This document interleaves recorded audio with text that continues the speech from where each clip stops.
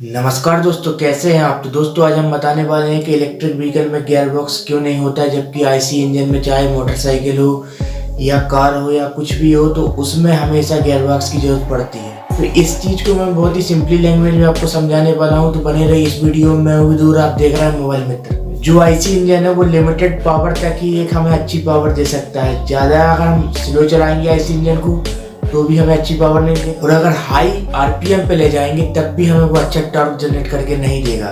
तो जैसे कि हम ग्राफ में बता रहे हैं, तो आप देख सकते हैं कि किस तरीके से जैसे ही हम 2000 आरपीएम पे जाते हैं तो हमें टॉर्क बढ़ के देता है, और 4000 पे जाते हैं तो और टॉर्क बढ़ जाता है। जबकि हम 5000 पे जाते हैं तो इसमें 4000 5000 में जो टॉर्क है वो एक सीमित है। तो जैसे ही हम इंजन को 5000 आरपीएम के ज़्यादा हाई करते हैं तो उसके बाद हमें पावर मिलना कम हो जाती है, मतलब हमें पिकअप मिलना कम हो जाएगा। तो इस तरीके से आप समझ सकते हैं कि हम ज़्यादा हाई आरपीएम पे इंजन को नहीं चला सकते। इसलिए हमें 2000 3000 या मैक्सिमम 4000 आरपीएम तक ही आईसी इंजन को चलाना पड़ता है, जिसके कारण हमें फ्यूल कम बर्न हो और अच्छा एवरेज मिले, और उस एवरेज में हमें हाई टॉर्क मिले, जिसके कारण हमारा पिकअप गाड़ी का बना रहे।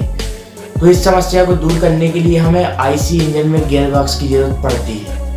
तो आपको फिर एक डाउट और बनता होगा कि जो ऑटोमेटिक कारें हैं या बाइकें हैं उसमें तो गियर बॉक्स की जरूरत नहीं पड़ती। तो दोस्तों जो ऑटोमेटिक कार या बाइक होती हैं उनमें भी गियर बॉक्स होता है, पर उसमें जो ऑटोमेटिक मैन्युअली तरीके से मैनेज नहीं होता, पर जो ऑटोमेटिक तरीके से उसमें सिस्टम लगा होता है उसके थ्रू मैनेज होता है।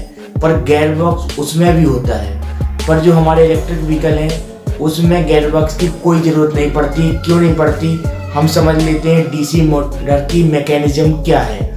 उससे आप समझ जाएंगे कि जो डीसी मोटर में गियर बॉक्स की ज़रूरत क्यों नहीं पड़ती। तो इसको समझने के लिए सबसे पहले आपको डिस्प्ले पे जो ग्राफ दिख रहा है उसको समझिए। उसमें नीचे है आरपीएम और ऊपर साइड मैंने दिखाया है टॉर्क को, जिसको आप पावर समझ सकते हैं।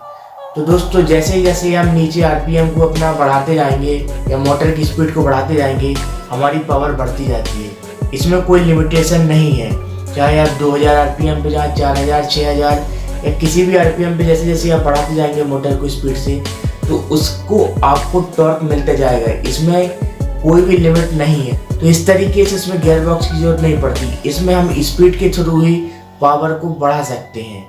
तो आप यहाँ समझ गए कि किस तरीके से हाई आरपीएम पे जाने के बाद डीसी मोटर हमें पावर जनरेट करके देती रहती है, जबकि जो हमारा आईसी इंजन है वो हाई आरपीएम पे जाने के बाद पावर जनरेट करके नहीं देता है। तो इस तरीके से हमें उस लिमिटेड आरपीएम पर ही हमें पावर लेनी पड़ती है, जिसके थ्रू हम गियर बॉक्स का यूज़ करते हैं, ताकि हमें हाई आरपीएम पे इंजन को ना ले जाना पड़े। तो दोस्तों आप समझ गए होंगे किस तरीके से डीसी मोटर की मैकेनिज्म और आईसी इंजन की मैकेनिज्म किस तरीके से है। तो आप जब भी इलेक्ट्रिक व्हीकल लेंगे तो आपको उसमें गियर बॉक्स का कोई झमेला नहीं रहेगा। तो दोस्तों आज की वीडियो में से इतना ही। वीडियो देखने के लिए धन्यवाद। वीडियो को लाइक करें, चैनल को सब्सक्राइब करें। थैंक यू दोस्तों।